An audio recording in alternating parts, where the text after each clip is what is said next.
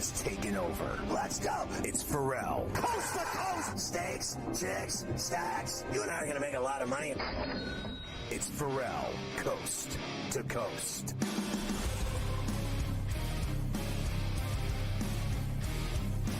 All right, hour 2, the 4 Eastern hour of Coast to Coast on Thursdays is always dedicated to the mad scientist himself. Warren Sharp joins us from the Beltway, styling as usual from sharpfootballanalysis.com, at sharpfootball on X.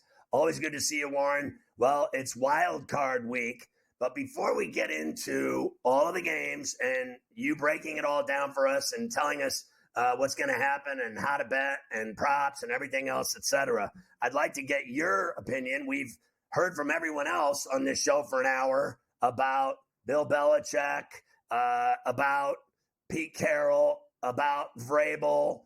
Let's start with Belichick and your thoughts on, after 24 years and 9 Super Bowls and 6 rings, him leaving the Patriots. And I do not believe he'll ever find greener pastures. It'll never be the same as Boston for him, any way you slice it. And do you believe that it's Jared Mayo or Vrabel that's going to get that job? Everyone says it's Jared Mayo's the front runner, but we don't really believe that because of their affinity for Vrabel. Well, when we're talking about Belichick, obviously one of the best to ever do it. The issue becomes, his legacy certainly is almost bulletproof with what he was able to do, the wins that he was able to generate up in New England. Naturally, though, he did a lot of that with Tom Brady. And when Tom Brady left, the wheels kind of fell off the wagon. This team obviously spiraled out of control, which is why they're moving on from Bill Belichick. The other issue to me is Bill Belichick was there in the glory years with a guy named Ernie Adams. And Ernie Adams was kind of like the puppet master behind the scenes, moving a lot of things, making a lot of things happen, whether it was from a personnel perspective or it was from a game theory, strategic perspective on how to attack opposing defenses. Now, not that Bill Belichick wasn't a genius when it came to that in his heyday, in his glory days, but we definitely saw this team fall off a lot when Ernie Adams left as well from a strategic perspective. And so then the question becomes, okay, how much was Tom Brady adding to this mix that, Bill Belichick would not have had if it wasn't for Tom Brady? How much was Ernie Adams adding to this mix that Belichick wouldn't have had if it wasn't for Ernie Adams?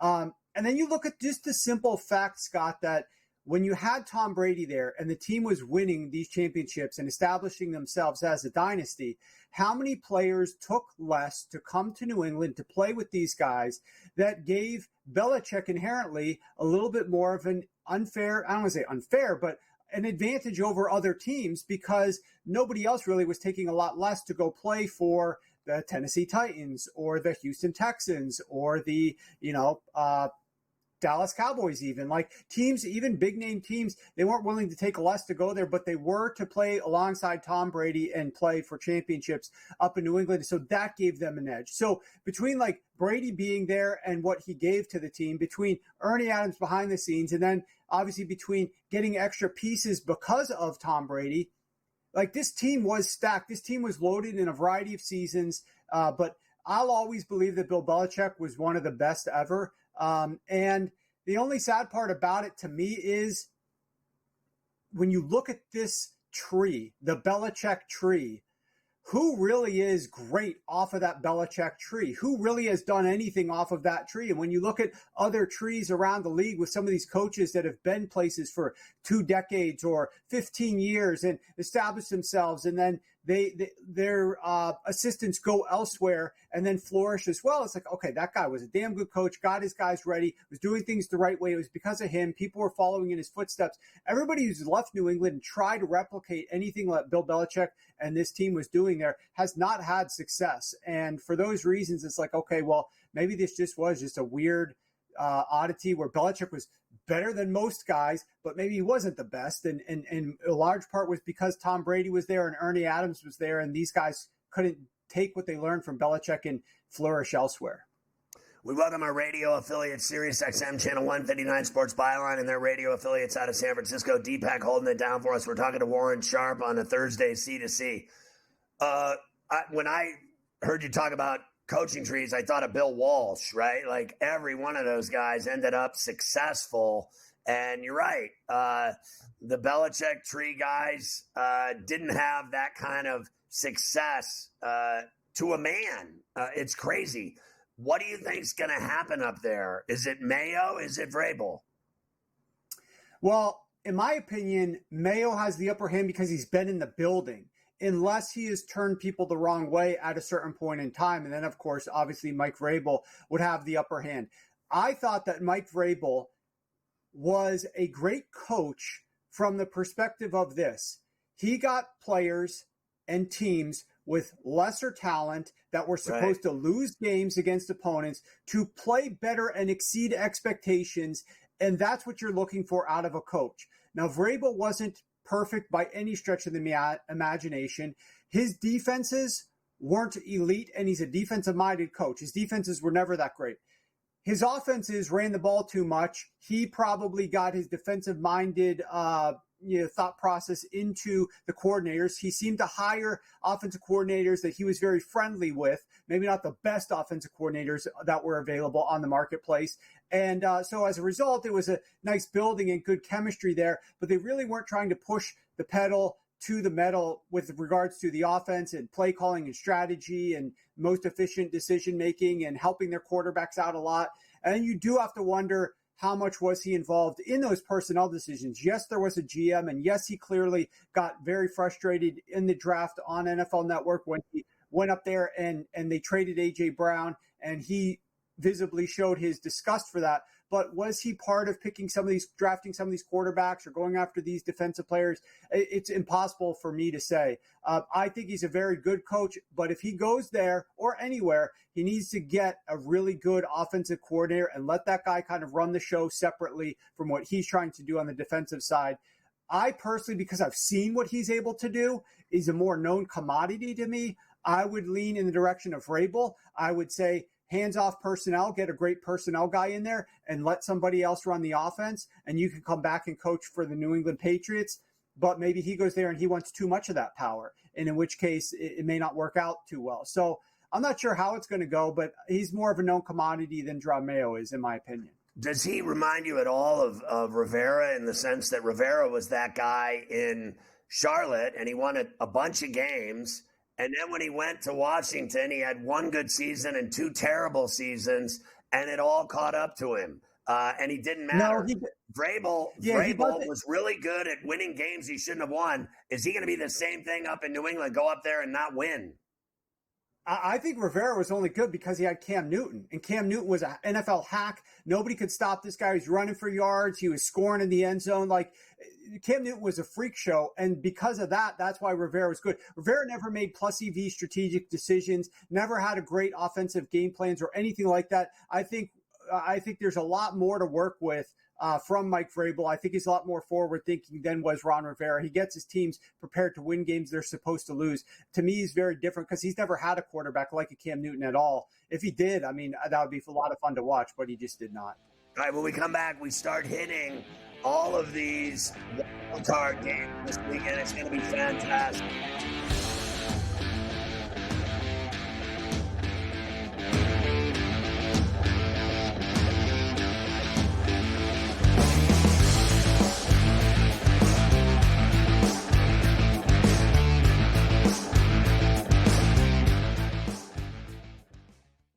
Quarterback at quarterback. We're going to lay some juice. We're going to have some dog prices, and we're going to go right in the middle. Because I don't know what they're doing. To me, they're in a complete rebuild, Kev. Go run, run, run. That's where overbackers on this 51.5 shot. So right now, he's a little bit more over money, but it's hovering right around. The winner of this game will be the division. I don't care if they win, because all we care about is the money, baby, the money. Pro Football Today. It's smarter to be on SportsGrid. San Francisco minus 120 to win the NFC Championship. It's the Cowboys with the second best number. The Eagles at 7-1. What the hell's the difference between the 6 and the 7 seed? I need my guys healthy here to make a playoff push. They took the bye week and still won the football game. You want to talk about two franchises going in the wrong direction? The Eagles. Ridiculous what they did this week. The early line. only on SportsGrid. It's a lot of fun to do because you could kind of, place a season-long bet all at once and just wait it out. I've always found that interesting. But New York is one state where it's a little bit unclear. You cannot bet on basically anything that requires a vote. So you're talking about an MVP award, a Cy Young, Rookie of the Year, anything where people at the end of the year have to vote. Newswire, only on SportsGrid. Bills going on the road to Miami Gardens, knocking off the Dolphins as 3-point favorites. They win it 21-14. You want to lose like the Falcons did today, 48-17? That's probably bothersome. You want to win an ugly game where you throw 3 picks, but you end up winning the division? No one cares. Ain't nobody going to be talking about interceptions in the end zone tomorrow. You know what they're talking about? Hosting the Pittsburgh Steelers next weekend in the playoffs. Football Full Circle, only on SportsGrid. Anyone that's been to a sporting event, the atmosphere before a game, I think Game Time Decisions has that same exact atmosphere. This is our arena. This is what we do. There is going to be an energy to Game Time Decisions that you will feel night in and night out. The excitement you get when you lock your bets in, when you're figuring out what you want to do, we can zone in on the biggest games each night. I want this to be the place that people come to before the games start so they feel as ready as possible to lock in their cards. We are going to hit every single one of those markets that you need to know about. We're going to go through every single thing, and I've got a great team behind me that's going to help me get the job done. There is not going to be a better place, I promise you, than Game Time Decisions to get that new information, react to it, and be able to then bet accordingly. We will have everything at our disposal, and we will use that to our advantage. I'm Kevin Walsh. Tune into Game Time Decisions from 6 to 8 p.m. Eastern on SportsGrid.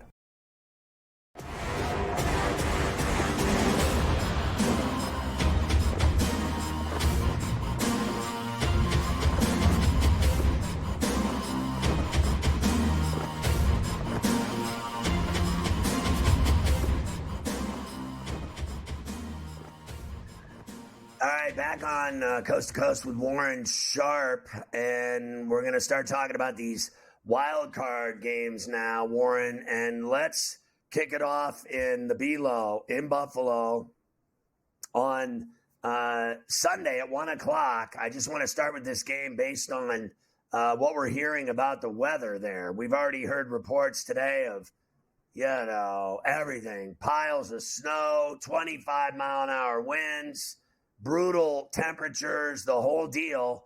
Does that level this game out at all for the Pittsburgh Steelers? Because they were double-digit dogs going in there when they weren't calling for these conditions. Now people seem to think that all of a sudden with snow and wind, they're going to be able to run the ball and stay in the game. How do you feel about it?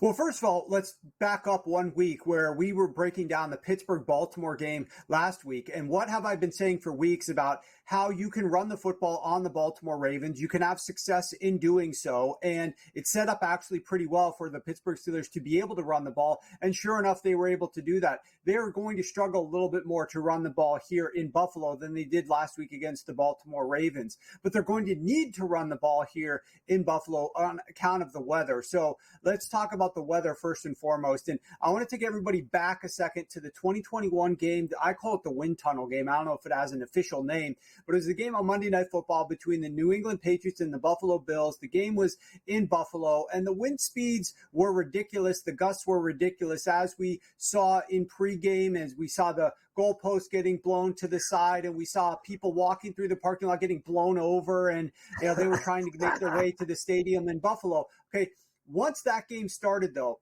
I need to remind people about the actual wind speeds. I went back and looked at the wind speeds at the stadium for that game.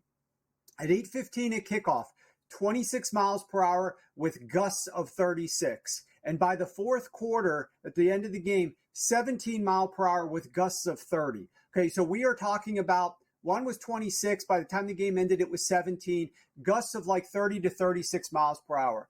I like to utilize an AI-generated forecast for wind. It does the best job. It's the most accurate of any of the forecasting models that I like to refer on. I don't use it for precipitation or temperature, but as it relates to wind, I do. this current forecast, as I'm looking at it right now for Sunday at 1 p.m. in Buffalo at Orchard Park, 28-mile-per-hour winds at kickoff at 1 p.m., gusts of 53 miles per hour. By the time you get to 3 p.m., 25-mile-per-hour with gusts of 49. What we're saying is the winds are going to be worse at the beginning of this game and at the end of this game than they were for that wind tunnel game where the New England Patriots went in there and they won the game 14-10. Only 24 points were scored. Only 2 completions were thrown by Mac Jones in that win. People, even Josh Allen, could not complete more than, I think, 2 passes beyond like 6 or 7 yards down the field. That was better wind than they're forecasting for this game. So I personally, there is no bigger factor in handicapping games. If you take nothing else out of this entire show that will help you for the future, there is no bigger factor handicapping games, football games, than the wind. And this stadium in particular, the wind affects it more than many others. When they build their new stadium, they're building up things around the perimeter of the field, of the stadium, that's going to block some of the wind. The wind right now is actually going to be problematic because it gets down in that bowl. It's a very low profile stadium, does not have high walls. It gets into that bowl and it gets onto the surface of the field very quickly. And we have seen, I went through historically, 14 plus mile per hour winds in Buffalo, 16, 18, 20, 24.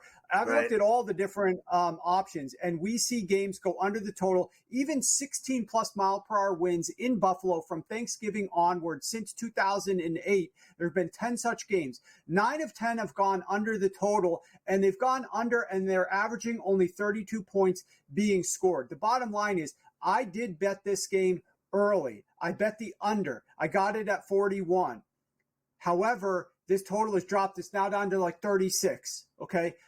I was looking to potentially come back and bet the over if this forecast improves a little bit, but it hasn't improved. It's gotten about the same, if not worse, than what they were expecting previously. Now I'm of the notion, now that I've done this research, this forecast has to improve a ton for me to look for a middle and be willing to bet this thing over, because right now I see the Steelers, they're going to come out, they're going to run the ball. We've got some props in the future that's going to be talking about this game and things that I think might happen, but I think we're going to see rushing attempts from Josh Allen and from James Cook. On the other side, I think we're going to see rushing attempts from Najee Harris, because Jaylen Warren fumbled the ball twice in bad weather in Baltimore last week in that game that saw a lot of rain. I think they're going to utilize Najee Harris a little bit more. They're probably also going to run the ball, even if they are losing this game by a touchdown in the third quarter, because I think passing is going to be hard to come by. I also took some unders on some of the passing props from Mason Rudolph, because I think Mike Tomlin's going to come in with a defensive mindset here where you need to run the ball. So I looked at attempts under. I looked at passing yards under.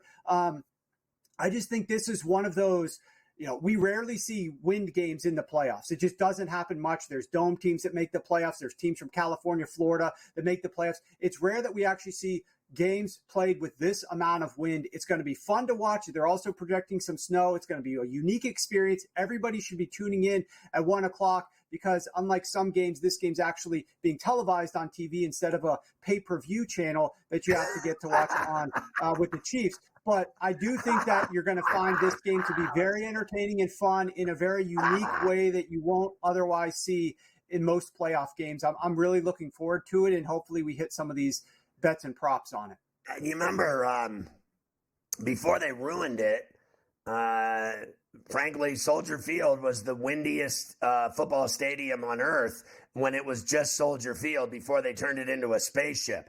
When I was a kid, at a very young age, I would go to Soldier Field with my dad, and then I moved to Pittsburgh and saw the Steelers win all their Super Bowls.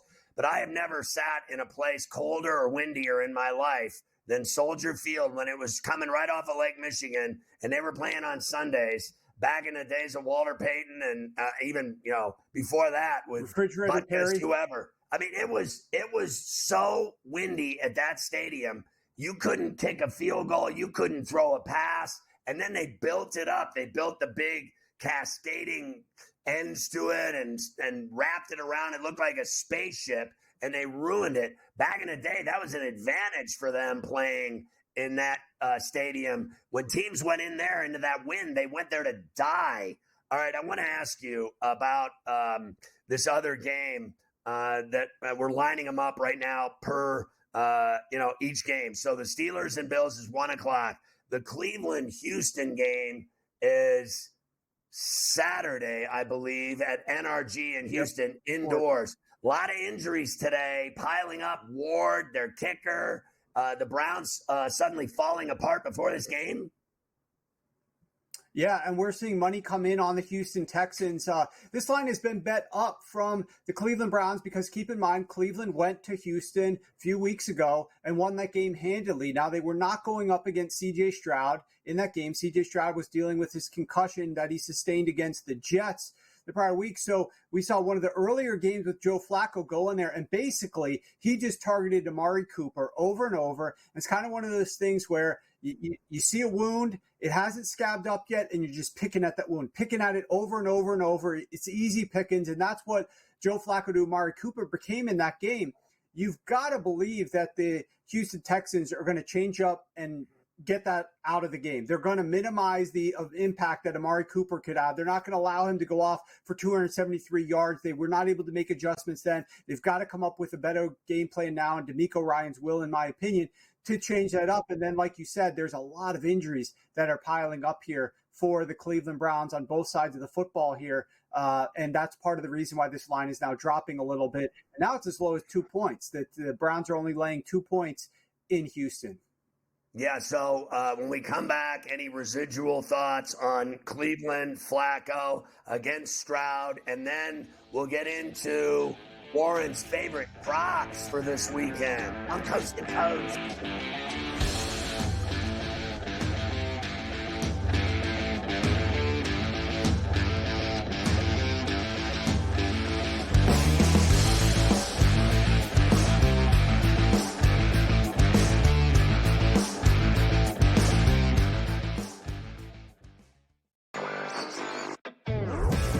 Fun to do because you could kind of, place a season-long bet all at once and just wait it out. I've always found that interesting. But New York is one state where it's a little bit unclear. You cannot bet on basically anything that requires a vote. So you're talking about an MVP award, a Cy Young, Rookie of the Year, anything where people at the end of the year have to vote. Newswire, only on SportsGrid. And the New York Knicks has one of the easiest schedules the rest of the way. If you look at a site like Tankathon, the Knicks have right now the 20th easiest schedule the rest of the way. Folks, they're 2.5 games behind Philadelphia. Philadelphia's starting to slip a little bit. I don't think the Knicks get to 3, but they should be a top 16 in the Eastern Conference. Betting above the rim, only on SportsGrid. We spent all offseason where the NFL said, hey, just so you guys know, running backs don't matter. If we then this year give the MVP to a running back, the irony. I am disappointed that they lost to FAU because secretly I don't really like this FAU team very much. I don't know, they're just not for me. And now they've completely legitimized the Owls. Game time decisions, only on SportsGrid. Bills going on the road to Miami Gardens, knocking off the Dolphins as 3-point favorites. They win it 21-14. You want to lose like the Falcons did today, 48-17? That's probably bothersome. You want to win an ugly game where you throw 3 picks, but you end up winning the division? No one cares. Ain't nobody going to be talking about interceptions in the end zone tomorrow. You know what they're talking about? Hosting the Pittsburgh Steelers next weekend in the playoffs. Football Full Circle, only on SportsGrid. It's smarter to be on SportsGrid, your 24/7 sports wagering network. We'll look at the Heisman Trophy The early line. and what it all means. Individual success. You should have tried to get something for Anthony Rendon. Not bought at the deadline. Newswire. We're getting a lot of news, trades, cuts, and some movement in terms of starting quarterbacks, Ferrall, backup quarterbacks. coast to coast. I want to watch great players make buckets and win games. Game time decisions. You have no idea what the heck the Blazers are doing and what they In-game live, Just prime time. yard for a grand slam. The bottom of the 4th inning in a 12-2 baseball game. We got football scores going on at Wrigley right now. Sports Rage That was late good better. night. We waited for 1.5. We got paid. You did. Did like a 2.5. jumped on. There's no taking weeks off in golf betting ever. These are the best weeks to bet. It's smarter to be on SportsGrid. The brighter the lights, the bigger the stakes. Hunt or be hunted. Know your prey. This is a whole new jungle. This is The Lion's Share. Brought to you by BetMGM. BetMGM's getting ready for the big game. 58, baby. Bet $5, get 158 instantly. Use the bonus code SG158. Place your first BetMGM wager through the mobile app for at least $5. You're going to get 158 instantly, regardless of the outcome of the wager. Download the app on iOS or Android or BetMGM.com. Deposit at least $5 into your new account. Place a wager of at least $5. Once you've placed a bet, you're going to receive 158 in bonus bets, regardless of the outcome of your wager. Warren is already planning on jalapeno poppers for Saturday night's Dolphins-Chiefs game that you can't watch on television. He instead is planning on a massive evening of indigestion and heartburn in protest of the NFL and their pay-per-view policies. Now, it's time to look at Warren's favorite props for this weekend's games. Why don't we start with Mr. Flacco? I got something to tell you about that Kansas City TV game in a minute, but let's talk about these props. First and foremost, Joe Flacco. As we're talking about this Cleveland Browns-Houston Texans game, it's a good one to start with. The Cleveland Browns are going to have to come out here and they're going to have to pass the football, in my opinion, because they're going to struggle to run the ball. And this Houston Texans team is a major pass funnel defense. They're actually very good against the run, top 5 this year, but they're bottom 5 against the pass this year. And that's despite playing the NFL's number 1 easiest schedule of opposing quarterbacks. I want you to look at this list of quarterbacks that they have played other than Joe Flacco over their last 5 games. Gardner Minshew last week, Will Levis the week before that, then it was Flacco, Will Levis again, Zach Wilson, and Russell Wilson. I mean, we are seeing guys like the 2 Wilsons plus 2 games of Will Levis plus Gardner Minshew. This is not a real schedule of quarterbacks. This is just a made-up schedule of quarterbacks. There's no way an NFL team would be so lucky to have their defense go up against that schedule of quarterbacks.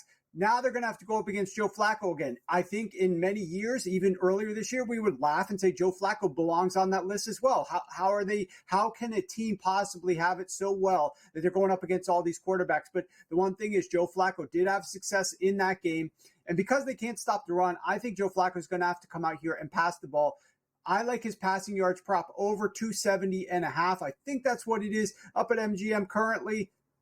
Minus 115, as you can see. I think he's going to be passing the ball early and often, and there's a number of game states where this can hit. I think they're going to have to pass to win the game. Even if they're leading, they're going to have to keep passing the football when they have it because they're not going to be able to run. Their rushing attack is not good. Their running backs are banged up.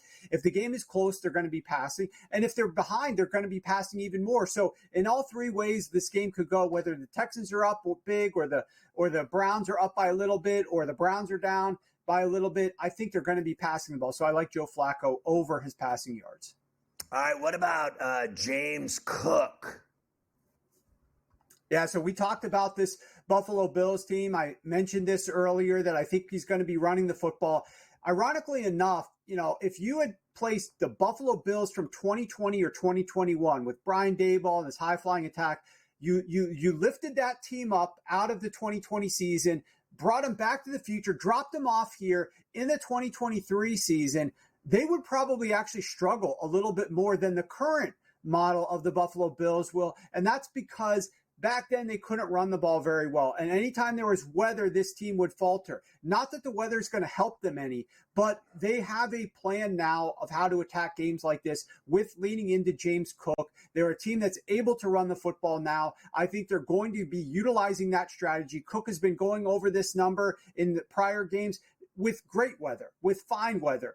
they're a 10-point favorite. So from a game state perspective, whether they cover the 10 or they win by 3, they're probably in a situation where they're not going to be trailing by 14. So they're going to be in a positive game script. They're going to be running the football. And there's one main guy there that they're going to lean into early and often, in my opinion, and it's James Cook. I don't know that we're going to get a lot of explosive runs, but actually for a prop like this, which I'm betting it should go ahead and just tell you what the prop is, over 14.5 rushing attempts. You can get that right now up at BetMGM. I think it's still 14.5. Maybe it's 15.5. No, it's 14.5 minus 140 to the juice. I'm okay if it goes to 15.5 as well with reduced juice. I think they're just going to be running it early and often with James Cook here. I did take some stabs at Josh Allen rushing attempts over 8.5. I bet that last week as well, and that cashed easily when I believe he had 14 or 15 himself. So I think James Cook is going to be running the ball with this weather, with the game script, and because they're going to need to. And that over 14.5 sounds pretty good to me. And what about no Watt? That's really got to kill the Steelers, not having that monster out there. Yeah, it does. It affects him a little bit more in the passing game, but it is going to be a factor. I think it will help the Bills' offense to some extent, not having on some of those dropbacks him coming off the edge to pressure Josh Allen. And thus, I believe that they're going to have an easier time getting a lead, which enables more rushing attempts. And the reason I said that I don't care if he doesn't get big explosive runs is because I'm not betting his rushing yards over. We don't want him to have huge runs. We don't want him to have one run for 80 yards from his own 20 and score a touchdown. We want him to have 6 runs on that drive and then score the touchdown. So we don't want those big gashing runs. We want good 5-6 yard runs that keep the sticks moving and keep them inclined to continue to run. I think they're going to be able to have that advantage in this game. All right, let's go to Jordan Love. So Jordan Love, obviously a little risk involved when you're talking about a young, inexperienced quarterback going on the road in the postseason, taking on a team that's been there, done that, though they have not had a lot of success. I believe Dak has yet to cover a single point spread at home in the playoffs. But I'm looking at Jordan Love's completions over. And I think Jordan Love is going to be called upon, both from a game state perspective as well as just what he's been doing of late, to go over this low number. He's cleared this, I want to say, 5 of his last 6 games. This exact number of, I believe it's 21.5, if not 22.5. I'm not sure what the current number is up at MGM. They'll flash that up momentarily, perhaps. But I think that Jordan Love is going to be asked to pass the ball a lot in this game. And he's going to have success. It's 23.5 minus 105. So it has moved up a couple of completions. At minus 105, I'd be willing to play it. I probably wouldn't be willing to lay minus 120 or something at 23.5, even though I think it has a good chance of going over that number. But at this reduced juice, I still think it's a good look. When you look at what Jordan Love has done in this Green Bay Packers offense specifically, this team over the first 9 weeks of the season was a top 3 offense in terms of depth of target and percentage of passes that were thrown deeper down the field. They have since backed off to below league average. They're throwing shorter, quicker. They're getting the ball out of his hands a lot at a much higher rate. And what they're doing with the injury to Christian Watson is they're just peppering these targets underneath. They're using Aaron Jones a little bit in the passing game out of the backfield, but they're throwing to some of their tight ends. They're throwing to some of their wide receivers. And it's a laundry list of wide receivers. They're so young and inexperienced that you don't know many of these names, like the names that are going to be potentially scoring touchdowns. These weren't household names. These weren't guys that people were drafting in fantasy football at the start of the season, but they're working the ball around and spreading it all over. There's not like a number one guy that they're throwing 12, 15 times to. They're just spreading the ball out, and Jordan Love is reading the defense pre-snap and just peppering it with quicker dropbacks. And this helps his completion numbers because the throws are shorter. They're easier to get these completions. And so the beginning of the season, this was a terrible prop to bet. Since they've changed their offense, this has been a great prop to bet. It continues to hit. I'm going to ride it one more time as they travel into Dallas. So when the NFL isn't fixing games for the Cowboys, a la the Lions game at Jerry's World, how do you think the Cowboys are approaching yet another home game at Jerry's World here against the Packers, and it's 7.5? I think there's definite upside for the Dallas Cowboys offense here as well. And it's mainly because I'm looking at this defense led by Joe Barry of the Green Bay Packers. And I think the last 2 weeks, yes, they've gotten some guys back, but I will note this breaking news. Jair Alexander did not practice today. So breaking news, Jair did not practice. But we've seen as the defense has gotten a little bit healthier for Joe Barry, this defense has looked a little bit better. But I urge a note of caution because they went up against two quarterbacks that really struggle to push the ball down the field, really struggle to get beyond their first read, really don't have very many options. And that is, they went up against Jaren Hall, not an NFL quarterback, and Justin Fields. They were like 5-0 against Fields. They knew exactly how to play him. Let me go back in history just a few weeks prior to that. Tommy DeVito of the number 32 ranked offense of the New York Giants went 17 of 21 in that game, and the Giants put up 24 points. The next week, week 15, Baker Mayfield threw 4 touchdowns and put up 34 points in 381 yards at 13.6 yards per pass attempt. And then the next week after that, week 16, Bryce Young of the number 30 ranked offense of the Carolina Panthers threw for over 300 yards, put up 30 points, and averaged 8.7 yards per attempt. I mean, I know you're a little bit better, but I do not think that this defense is going to be well positioned to give Dak problems. The only thing they're good at is getting a little bit of pressure. They do rank highly in pressure, but Dak Prescott has been the best quarterback in the NFL this year against pressure and at handling pressure. They have answers. The offensive staff has given him answers from a quick game as well as with his legs to deal with pressure. If that pressure comes, I think he's going to have answers there. I just think Dak Prescott also should be able to have a good game. And if he does not, shame on him. Shame on Mike McCarthy. I will say, I think it's going to be interesting to watch Mike McCarthy in this game, Scott, just to see how tight that sphincter might get in certain situations when key decisions are there, because he's got to win this game. He wants to keep that job. He's got to win this game. Does he continue to play fast and free and go for it on fourth down, or does he settle for a lot of field goals and make some minus EV decisions? I can't wait to see. Yeah, I can't wait to see it either. A lot of people think that his job is on the line with every single game. And it sounds to me like you just laid it out. The Packers can't stop any quarterback. How the hell are they going to stop Dak Prescott, who could care less about Mike McCarthy? They just want to win the game. I think Dak lights up the Packers secondary.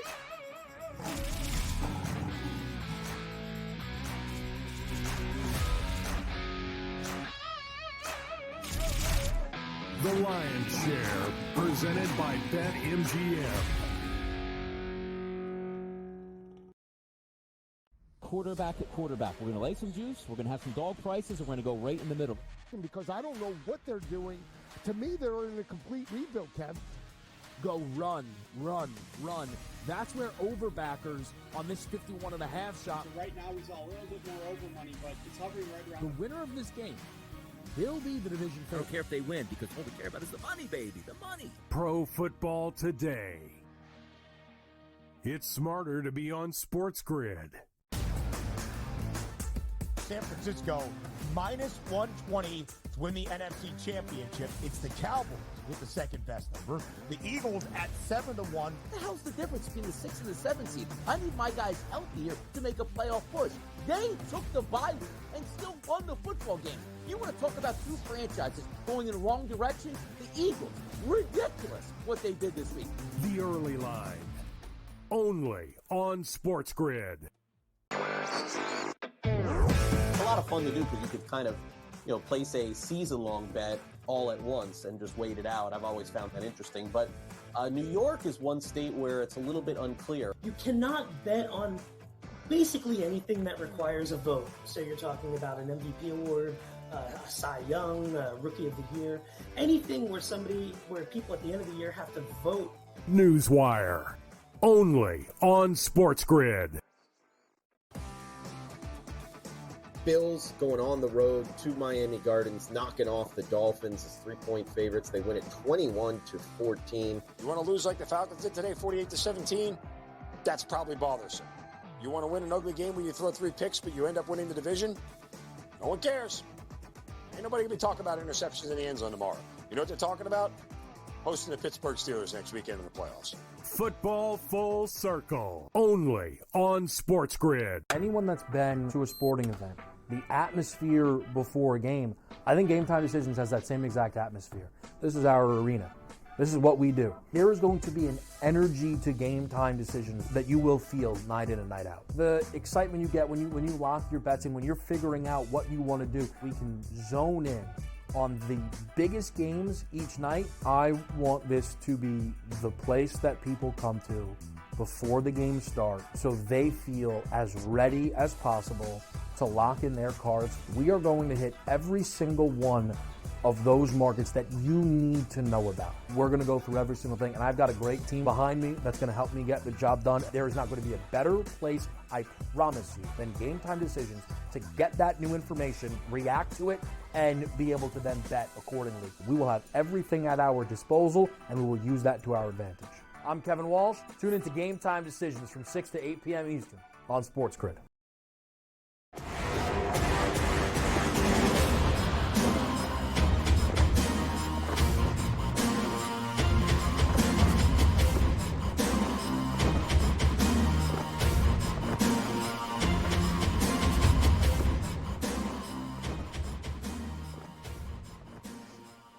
Back on C2C, just so we're clear, in the game that no one cares about in Paris, the Cavaliers are up 9 with 34 seconds left. It is sold out in Paris. Here's an idea. Why didn't they bring Wembanyama back to France? Instead, they brought the Nets and Cavaliers.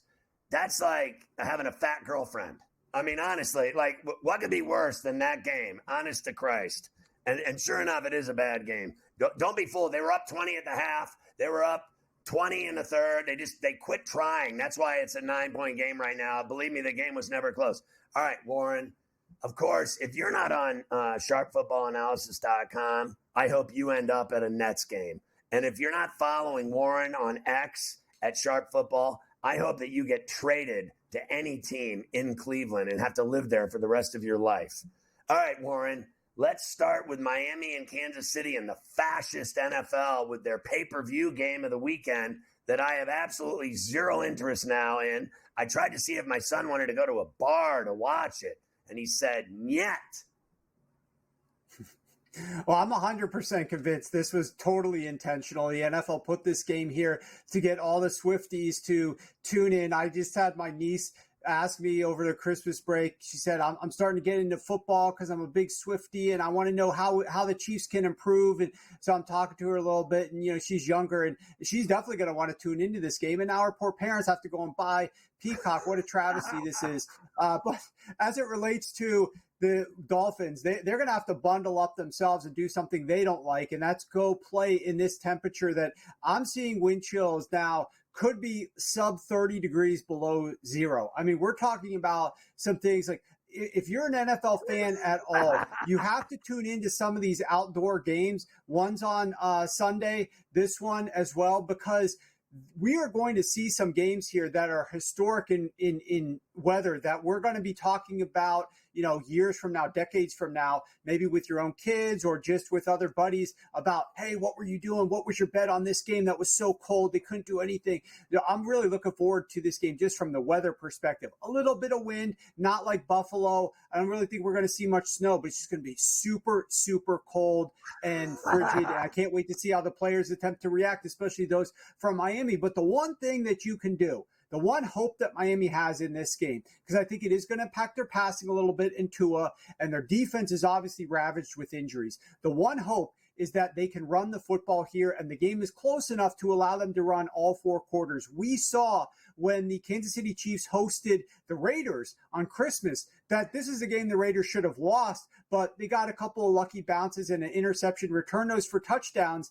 But they were able to then win the game outright because they were having such success running the football, and they could run because the score allowed them to do so. And I think they ran for 6.5 yards per carry and 156 total yards on the road in Kansas City. The Dolphins have a better rushing attack than do the Raiders. So the Dolphins with a healthier offensive line, I know Mostert is banged up a little bit, to be determined how much he's actually able to go. I'm going to be looking at the Achon props when those get released, whether it's longest rush over or total rushing yards. I think they're just going to have to lean on this guy, and he's going to probably deliver. He's an explosive back, and that's the weakness. This Chiefs run defense ranks 28th, has struggled in that department. Conversely, I think it's going to be interesting to see how much pressure we get out of this Vic Fangio-led Miami Dolphins defense on Patrick Mahomes.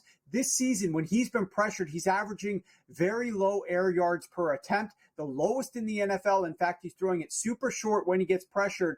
We're going to see whether or not all this ragtag group of Miami Dolphins, they're signing guys off the street to try to play. Vic Fangio's defense is not an easy defense to just come in, put on a hat, and play a role. It's a complicated defense that if you started doing it week 1, you're going to be pretty good by week 10, and you're going to be really good in the postseason. But that's not the case here with a lot of these guys that are substituting in and now having to play starting minutes for the Miami Dolphins defense. I'm worried about that unit on that side of the ball, and certainly a lot of the pro bettors are as well, because this line has been steaming up consistently on a daily basis, it seems.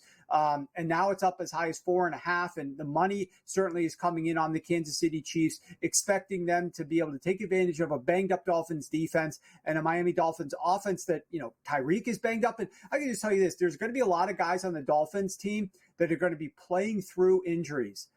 And I know, Scott, it's much harder to try to play through injuries in 30 degrees below freezing than it is in like 60, 70 degrees, right? Everything is stiff and tight. You got a tight hamstring. And you're trying to play in minus 30 degrees. It's not going to go over very well. So, it's just brutal. So what is the game? I think it's the Giants and Packer game at Lambeau Field when the Giants beat them and went on to win the Super Bowl over the Patriots. I think that may have been, because you talk about generations and decades later, you talk about these games with your grandchildren or your kids or whoever, your buddies. I think that may have been the coldest game I ever saw in my life on television, where the Giants won that game in Green Bay, and every single person on the field had frozen snot on their face. And they were red. They had sunburn from the cold. They had like that frozen red face and snot sickles hanging from their nose and mouths and beards. It was unbelievable. Is that the coldest game? That's the coldest game I ever remember watching. Yeah, I used to watch the old NFL films that talked about the game that was played in Cincinnati on that horrible AstroTurf back in the day. That was a freezing cold game, but I only saw the highlights of that game. The game you're mentioning is certainly one of the coldest that I've seen. I also remember the Seattle Seahawks going to Lambeau to play in a very cold game in the postseason several years after that one. But there's been a few that stand out to me. I know that game, it's seared into my mind, the image of Tom Coughlin with his face as red as beets. His cheeks are just as red as beets. This game here is going to be even colder than that. Game, Mike McDaniel is going to be on the sidelines with, his fashionista top shelf sneakers and his fashionable attire. And he's just, I can't imagine how he's going to look with his face, because he's not going to be used to it. These players, they're going to say we're going to ignore it. There's going to be somebody out there in short sleeves during warm-up. But I can tell you this, the frostbite. Look up frostbite. Look at what the temperature needs to be for frostbite to occur on exposed skin. For exposed skin for a certain amount of time, frostbite will be potentially occurring. These guys better be careful out there. It is going to be on their mind, and I think the Chiefs need to use that to the home field advantage. And then you also got the crowd noise. Let's not take that out of the picture here. If that crowd is actually there, now they're not going to be able to clap because their hands are going to be covered in an inch of mittens on both sides of their hands, but they're going to be yelling and screaming and trying to hype up that team. That's a hard place to play. It's a hard place to do all these pre-snap motions to get the snap count right, with Tua smacking his hands to get these snaps off. It's going to be a challenge for this Dolphins offense, in my opinion, to function. Don't be surprised if we see some pre-snap penalties on that side of the ball. That hurts their offense's ability to matriculate the ball down the field. So do you think that the freezing cold, that's what it is, it's literally Antarctica, is going to end the Dolphins season? I think that and the health of their defense probably ends the Dolphins season. It's sad for me in a way. That's an overblown word. I'm not actually sad, but I did wish to see a little bit more out of this Dolphins team, but they have just fallen apart down the stretch here. I was always of the expectation that the defense was going to turn the corner in time for the playoffs as these guys got the system of Vic Fangio down a little bit better, and then we were going to see a run out of this offense. But instead, we've got Waddle, who's going to play in this game, probably not at 100%, but he's going to give it a go. But on the defensive side of the ball, There's just so many injuries there. And I know the Chiefs offense has not been playing very well, and there's always a chance that the Chiefs make some mistakes of their own. They're not immune to that, which is why I love this round of the playoffs, because even the best teams like the Bills, like the Chiefs, some of these teams that are laying a lot of points, like Mike McCarthy's Dallas Cowboys, these teams are all known for making mistakes. They've made mistakes down the stretch here. None of them are elite teams right now. And the weather in a couple of these outdoor games can be a factor that makes the game a little bit tighter on both sides. But in the case of the Chiefs, it's just the defensive health of the Dolphins that I think is potentially going to be the deciding factor here. So speaking of big games, the Rams and Lions hook up indoors, Ford Field, Detroit. I was on the radio there today, and I was talking about this game, and I said, be careful what you wish for, that Stafford's going back there with a hot Rams offense that scores 30 a week. They didn't even try to win that game last week in Santa Clara, and they still won. I mean, they are winning even when they're not trying to win. They've been playing great football for, I think, about 8 weeks now, and it got McVay into the playoffs. A lot of people talking about him being coach of the year for the job he did with this young team. Do you like their chances with Stafford against the Lions at Ford Field? I do. This is one of the toughest games for me to handicap, I'll be honest, because it's a challenge. I'm not sure what I'm going to get from a couple of key factors. Number one, how is this Lions offense going to look with the injuries? Sam Laporta is a definite injury. They also lost their kick returner and one of their receivers in the last game due to injuries. Are they going to get Khalif Raymond to be able to play in this game? I don't know. And so for those reasons, there's question marks for the Detroit Lions offense. They're going to need that offense to have some success here because of the second reason that's a big X factor in this game. And that is, with all the years that Sean McVay has had, I do think this angle is overblown a little bit, thinking it's going to impact the game from start to finish every single play that the Lions offense is out on the field. But Jared Goff and Sean McVay, obviously intimately familiar with one another. There were specific things, for sure, given Sean McVay's photographic memory. He's going back into his databases and recalling things that where a defense played a certain coverage or he tried to use a certain formation where the defense had an advantage there and took an interception away from Goff when he was coaching him on the Rams. And he said, I'm not calling these plays again because Goff can't handle it. Or damn it, if they get into this type of coverage again, let's audible out of it because he's weak here.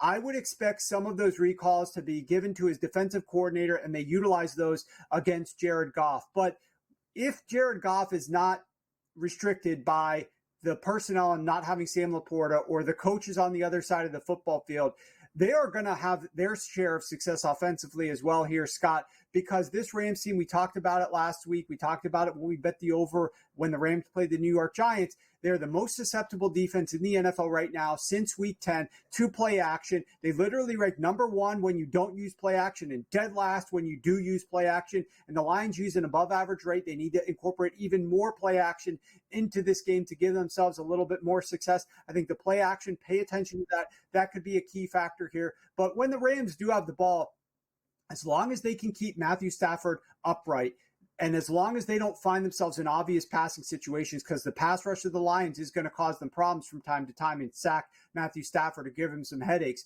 they should have success. My only worry is that Sean McVay runs the ball a little bit too much, and the Lions' great run defense stops those runs and sets the Rams offense up into third and long, obvious passing situations. If they can avoid those, however, they will definitely be able to move the ball and put up some points against this Lions defense, particularly through the air. I think Matthew Stafford's going to go over his 22 and a half passing attempts here. I think this game could be a very fun, entertaining game. It's just hard on a +3 point spread to really, for me to find a definitive edge.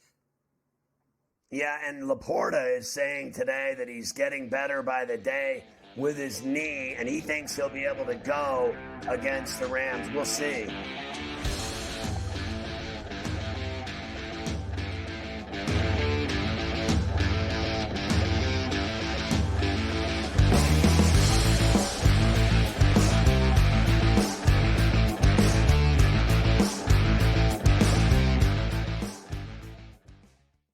quarterback at quarterback. We're going to lay some juice. We're going to have some dog prices, and we're going to go right in the middle. Because I don't know what they're doing. To me, they're in a complete rebuild, Kev. Go run, run, run. That's where overbackers on this 51.5 shot. So right now he's all a little bit more over money, but it's hovering right around. The winner of this game will be the division I don't care if they win because all we care about is the money, baby, the money. Pro Football Today. It's smarter to be on SportsGrid. San Francisco minus 120 to win the NFC Championship. It's the Cowboys with the second best number. The Eagles at 7-1. What the hell's the difference between the 6 and the 7 seed? I need my guys healthy here to make a playoff push. They took the bye week and still won the football game. You want to talk about two franchises going in the wrong direction? The Eagles. Ridiculous what they did this week. The early line. Only on SportsGrid. It's a lot of fun to do because you could kind of, place a season-long bet all at once and just wait it out. I've always found that interesting. But New York is one state where it's a little bit unclear. You cannot bet on basically anything that requires a vote. So you're talking about an MVP award, a Cy Young, Rookie of the Year, anything where people at the end of the year have to vote. Newswire. Only on SportsGrid.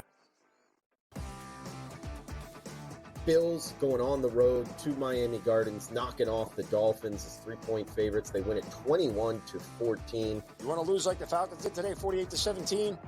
That's probably bothersome. You want to win an ugly game where you throw 3 picks, but you end up winning the division? No one cares. Ain't nobody going to be talking about interceptions in the end zone tomorrow. You know what they're talking about? Hosting the Pittsburgh Steelers next weekend in the playoffs. Football Full Circle. Only on SportsGrid. Anyone that's been to a sporting event, the atmosphere before a game, I think Game Time Decisions has that same exact atmosphere. This is our arena. This is what we do. There is going to be an energy to Game Time Decisions that you will feel night in and night out. The excitement you get when you lock your bets in, when you're figuring out what you want to do, we can zone in on the biggest games each night. I want this to be the place that people come to before the game starts so they feel as ready as possible to lock in their cards. We are going to hit every single one of those markets that you need to know about. We're going to go through every single thing, and I've got a great team behind me that's going to help me get the job done. There is not going to be a better place, I promise you, than Game Time Decisions to get that new information, react to it, and be able to then bet accordingly. We will have everything at our disposal, and we will use that to our advantage. I'm Kevin Walsh. Tune into Game Time Decisions from 6 to 8 p.m. Eastern on SportsGrid.